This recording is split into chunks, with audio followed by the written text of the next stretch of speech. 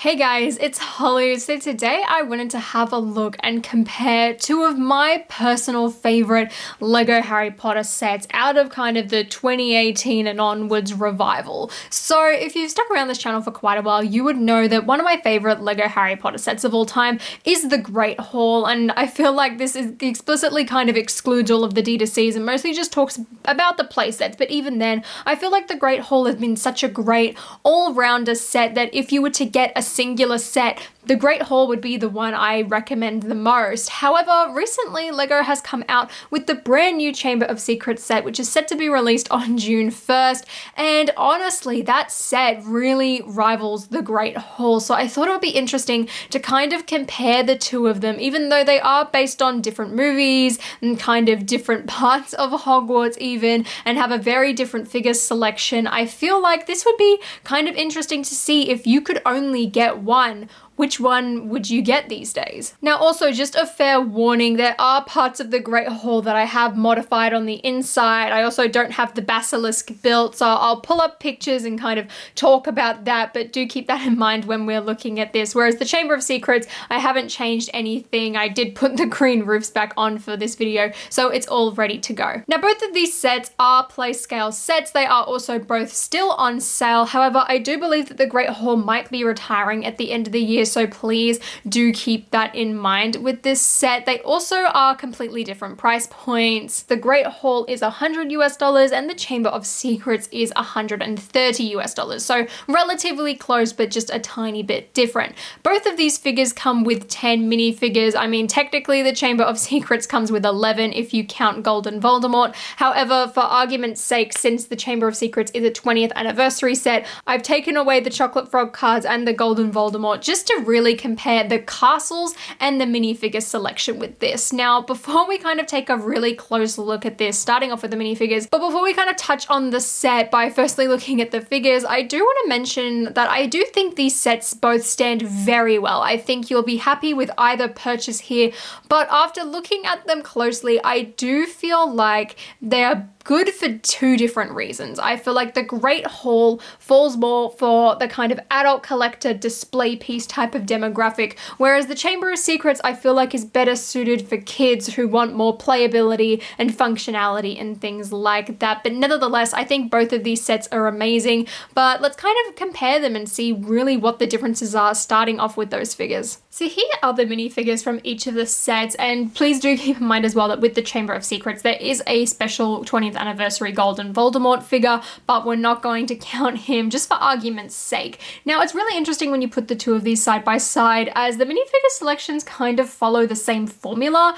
I want to call it, and that is that you get 5 students and 5 kind of professors slash external not student type of characters, if you get what I mean. And then when you look a tiny bit closer, in each of the set you actually get 3 Gryffindors, 2 students from 2 other houses, which I find kind of funny, and both of them include a nearly headless Nick and a Dumbledore. Now while there are some duplicate characters in these sets, none of them share the exact same figure, which I think is a pretty cool thing, but like I kind of said in the introduction, I feel like the one from the Great Hall all around is just a bit better. You get the 3 main characters of the series, as well as some of the most famous Hogwarts professors and kind of teacher figures out of the entire franchise, which I think is amazing. And one thing I love about this set is that you get a range of different house uniforms. In the Great Hall, you ended up getting Gryffindor, Hufflepuff, and Slytherin, and then in the Chamber of Secrets, you get Gryffindor, Hufflepuff, and Ravenclaw, which I think is really good. I love seeing different houses showing up in sets. I would really love to see more of it in the future. Now, when you look at the cohort from the Great Hall in terms of professors,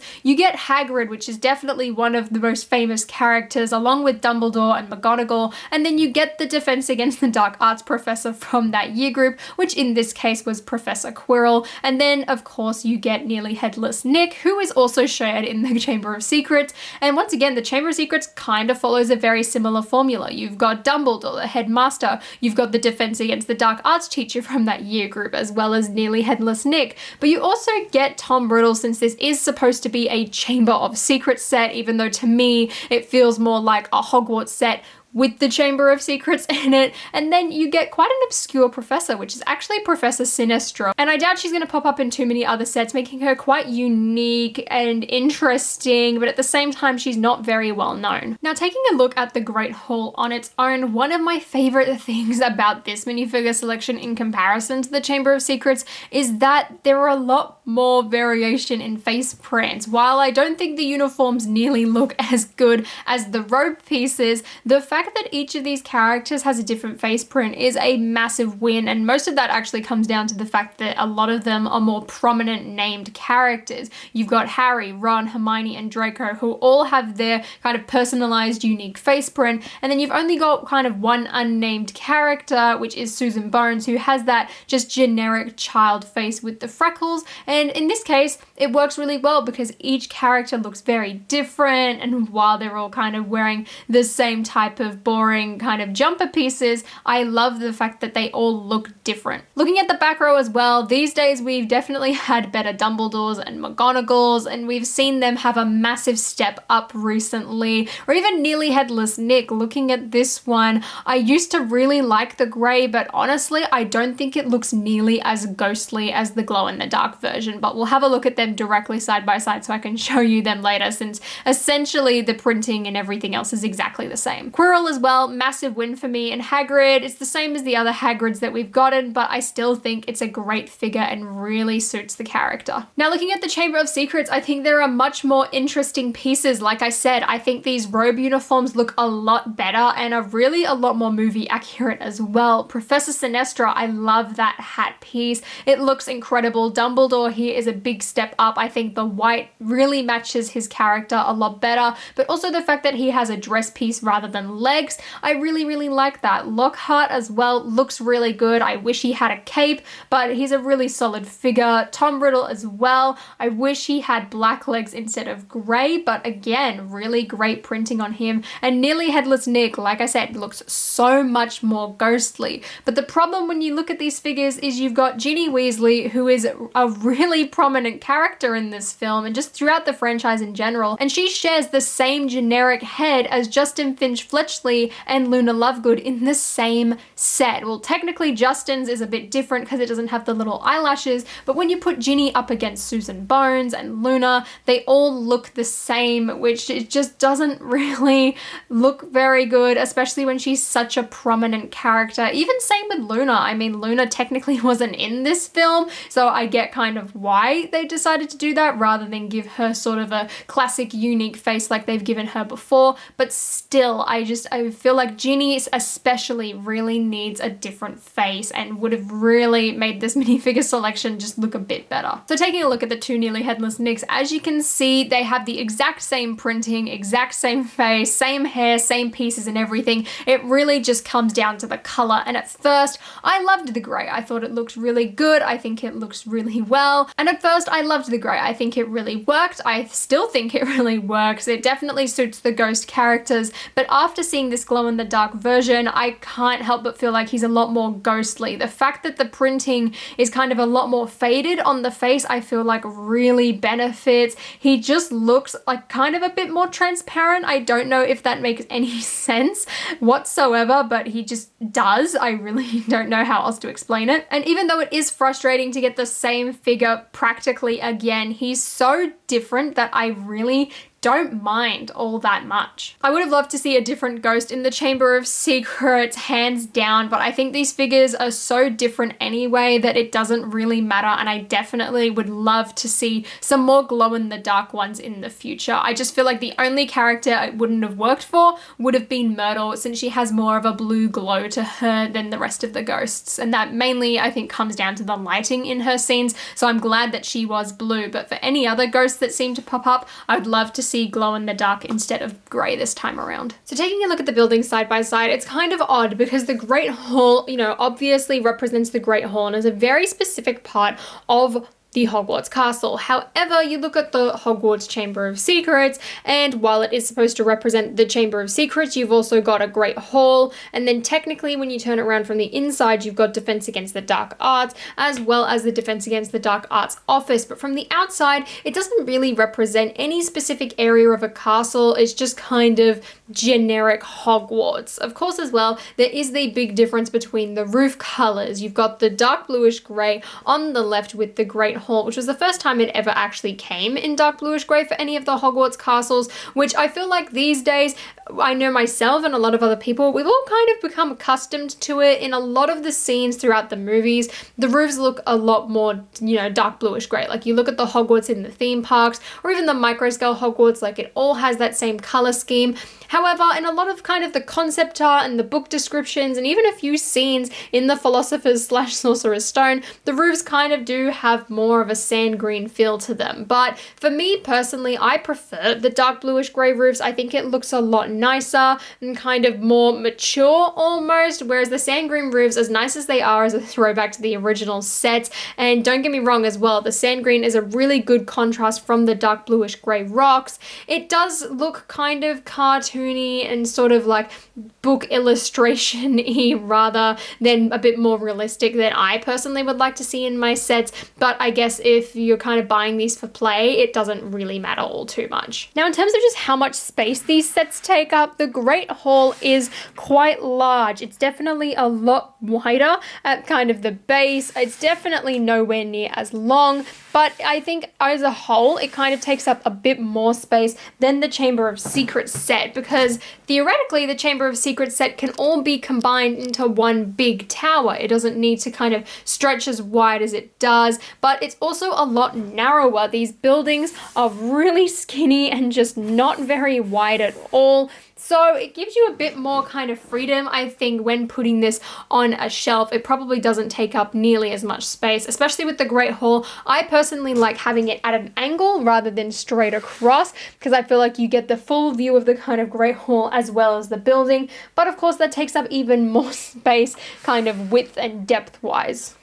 Now with these two sets, they have two very different interiors, and just a reminder as well that I have modded out these two rooms in the Great Hall. They don't actually look like that. In fact, the rooms are supposed to look a bit more like this, but otherwise the build is pretty much exactly the same. But just as a whole, you can see that the Great Hall, as the name implies, the appeal is the hall itself. So that is where a lot of the space and play area comes from. Whereas if you look at the Chamber of Secrets, there's a lot more smaller kind of rooms, and the Great Hall there is definitely nowhere near as big or has as much space to move around in. Now, it's really weird when comparing these sets side by side, because as much as I love the giant space that the Great Hall really gives, and I know myself as a kid, I would have loved having a play area like that to play with, the rest of it with this tower and even just kind of the courtyard out of the front is so minuscule and so small that it really feels like you can't move that much within the rooms.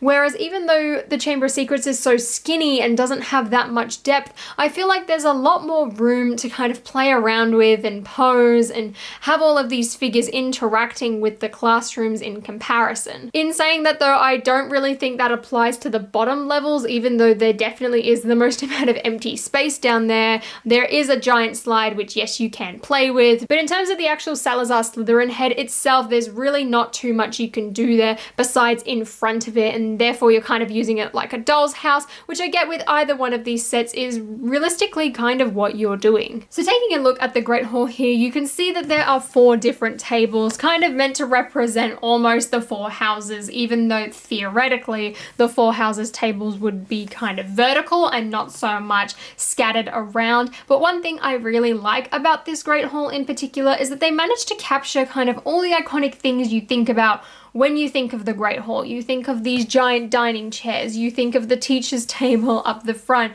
you think of even the banners which you can't swap around and have alternating houses on, that being Slytherin and Gryffindor and Hufflepuff and Ravenclaw. You've even got the floating candles at the top, which I really like because they are just kind of hanging from the ceiling with this particular build. But the best thing is there is just so much space that you can really fit a lot in here. In particular with the teacher's table, you do get 3 spaces to sit down. So you can have McGonagall, Dumbledore, and Quirrell all sat at the table with all of the students populating the rest of the tables here. The only figures that don't really fit in this scene are Nearly Headless Nick and Hagrid. Another thing I really like is the giant double doors. It really feels like you have some sort of access into this room and into the castle in general, which I can't say the same about with the Chamber of Secrets. Even just down the bottom here with the Great Hall, you have this spiral staircase as well as a door frame here, and it just really makes this castle feel quite accessible with all of the doors and hallways and things like that. On the classrooms and the chamber, however, there isn't really any doors. There are a lot of door frames, which seem to be the common theme throughout the 2021 sets, is that you've got door frames on either side to kind of make it seem a bit more open, even when it's connected with Technic pins like this, like the figures can still make their way through the archways. But in saying that, there's really not any doors or kind of entrance points. You've got all of these archways inside it to make it feels like there's kind of a bunch of corridors within the castle, but there's no actual way to get inside the castle or even get out for that matter. Now, to kind of compare the two most similar areas, I want to take a look at the Great Hall, which kind of similarly has those same kind of key elements, but they are a lot more shrunken down. For example, you do get 2 tables this time, which personally I love the food selections on these ones better, with the teacups and the chocolate frogs and these 2 stickered cereal boxes as well. I love that. You also kind of get a teacher's table, which is more so just Dumbledore's little stand here with a golden owl as his little podium, and this little bench on the side here for another professor. And considering you do get 3 professors in this set, that being Dumbledore, Professor Sinestra, and Professor Lockhart, you can't really fit them all here.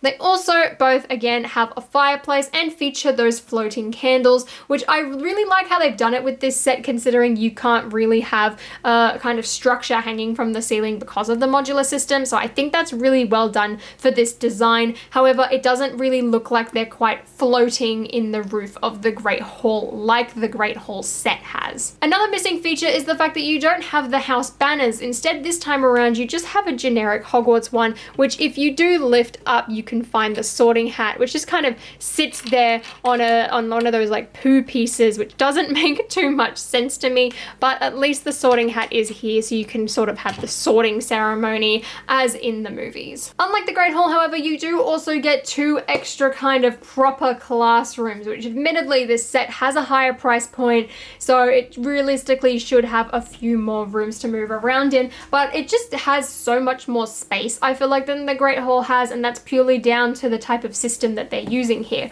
I love the fact that you get a Defense Against the Dark Arts classroom, and you can have students sitting down, as well as Lockhart presenting, but you can also have him up in his office, or even have students kind of playing around with broomsticks and looking off balconies, and even at the top there is a tiny astronomy tower, which just overall gives you a lot more playability, and I feel like that's where I mostly lie here, is that the Chamber of Secrets, if you are looking for playability and a dollhouse type of set and don't care too much about displayability, then this one's amazing. So those are the 2 sets, and really I'm really conflicted. I think if you're an adult collector like myself and you care more about displayability and you kind of just want an all-round better set, I feel like the Great Hall is the one for you. The figure selection is a lot more cohesive to me. You get a lot of the key characters, and it just really sums up the first movie really well. But also with the Great Hall, I feel like it captures the most iconic and famous part of the building. In fact, it's so famous that LEGO's literally repeated it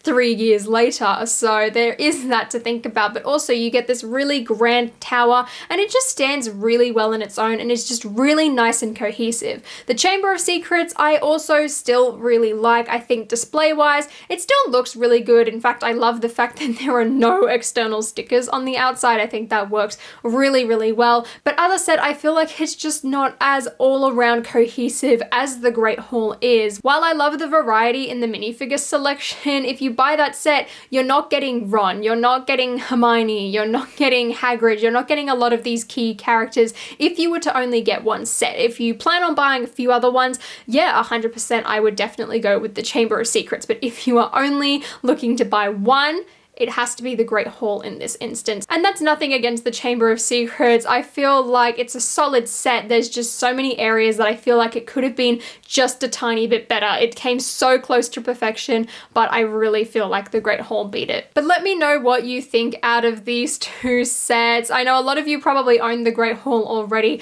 and cannot wait to get the Chamber of Secrets, and yeah, you will not be disappointed with that set. It is incredible. But if you guys enjoyed this video, please give me a thumbs up and consider subscribing to my channel down below. And until next time, guys, I'll see you later.